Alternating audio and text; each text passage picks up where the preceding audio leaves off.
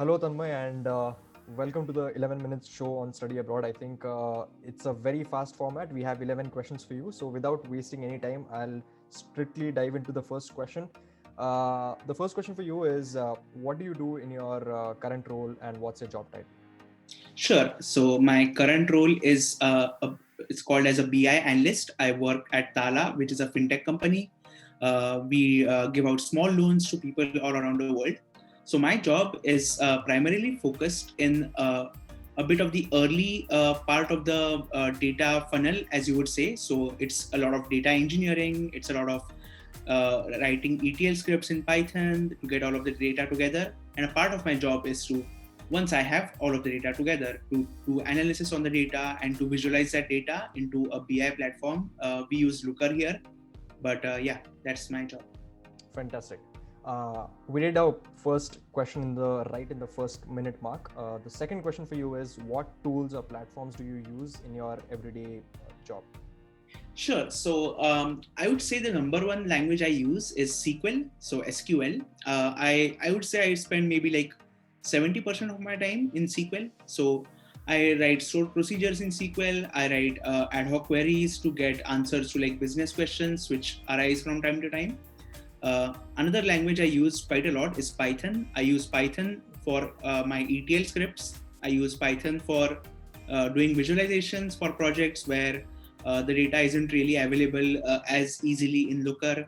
And I use Python quite a bit in sort of like data transformation stuff as well. Like when you get data from like flat files, from Excel files. I use Jenkins, which is a script scheduler a script scheduler tool for Python.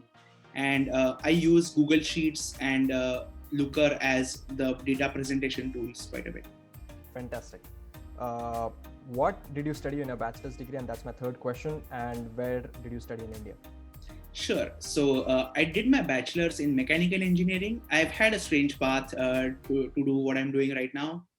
Yeah, I did my bachelor's in mechanical engineering from Pune, from the University of Pune, from Kashibai Navale College of Engineering. And after doing that, I worked for a year and then I started doing my master's in the US. So that's a great segue, Tanmay, into my fourth question, which is where did you pursue your master's degree and which university in the US and what was your GRE and TOEFL score? Sure. So I did my master's at Syracuse University. My master's was in information management, and I did a specialization in data science. My GRE score was 324, and my TOEFL score was 109. Okay, that's wonderful. How much did you invest in your master's education, and how much was the payback period? How much time did it take to pay all of that back? Sure. So I got a 30% scholarship from Syracuse University. So my total fees were 35 lakhs. I was lucky at Syracuse University. It's very easy to get on-campus jobs. That's why all of my living expenses, my rent, even like an occasional trip, like were covered just because of my on-campus job. So that was covered there. But when I started working, it took me about 2 years to pay all of that back. Wonderful. Moving on to the sixth question, I think we are moving just in time. Do you suggest gathering some experience after your bachelor's degree in India and work before you come to the US? Yeah, I mean, that's a good question, right? It really depends on what you are actually trying to do. For me, my course is data science, and like I'm doing a job as a BI analyst. So my job requires quite a lot of like management type of things. So I would say there, having some work experience really helps, and it really looks well on your resume when you're applying for jobs. But if you're in a technical field, if you're doing computer science, if you're doing like electrical engineering, mechanical engineering, I would say it doesn't make a lot of difference there. So I would say, again, it's up to you. If you feel like getting some experience in India will give you a good understanding of how like the work world works, that will be great. But I would say it's a personal decision again. But if you're doing management, it definitely helps to have some years under your belt. Fantastic. Talking about work, how was your internship and full-time job search in the US and how was that experience? Yeah, so I would say my internship job search was a bit hard. I was one of the last people to get an internship at my university. I got an internship at the end of May, and my internship started in the second week of June. So essentially, I had like 2 weeks before most internships start. But after getting an internship, I think I was really able to gain a lot of skills. I was able to understand how to communicate with people in the US, and because of those experiences, my full-time job search was definitely much easier. Wonderful. What were the key things, or if you were to list the top 3 skills you needed to get a job, what would that be?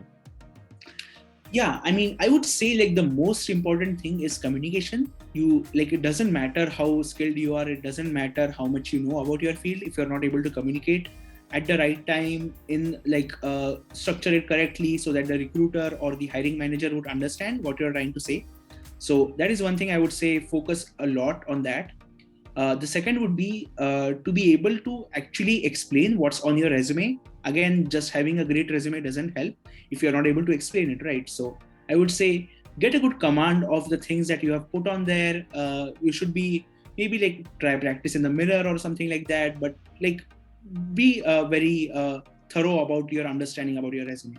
And I would say the third thing is to learn about the company which you're interviewing for. Even a quick 10-minute like Google search will take you a long way, and recruiters really are impressed when you are able to list even like basic facts about a company. Fantastic, fantastic. I'm going to list 4 types of careers, and I want you to give out the differences or the similarities between them. One is a data scientist, a data engineer, a data analyst, and a business analyst. Could you differentiate between these and try to compare? Yeah, sure. So I would say like the 3 data ones, they are like depending on like what stack you're working on. So data engineering, I would say it's like the most technical stack. It's the lowest stack where you're getting data from sources. Here, it really helps if you know Python really well, if you know SQL really well.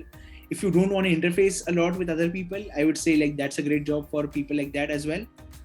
One level up is data analysis, where you have all of the data there, but now you just have to query the data, you have to answer business questions.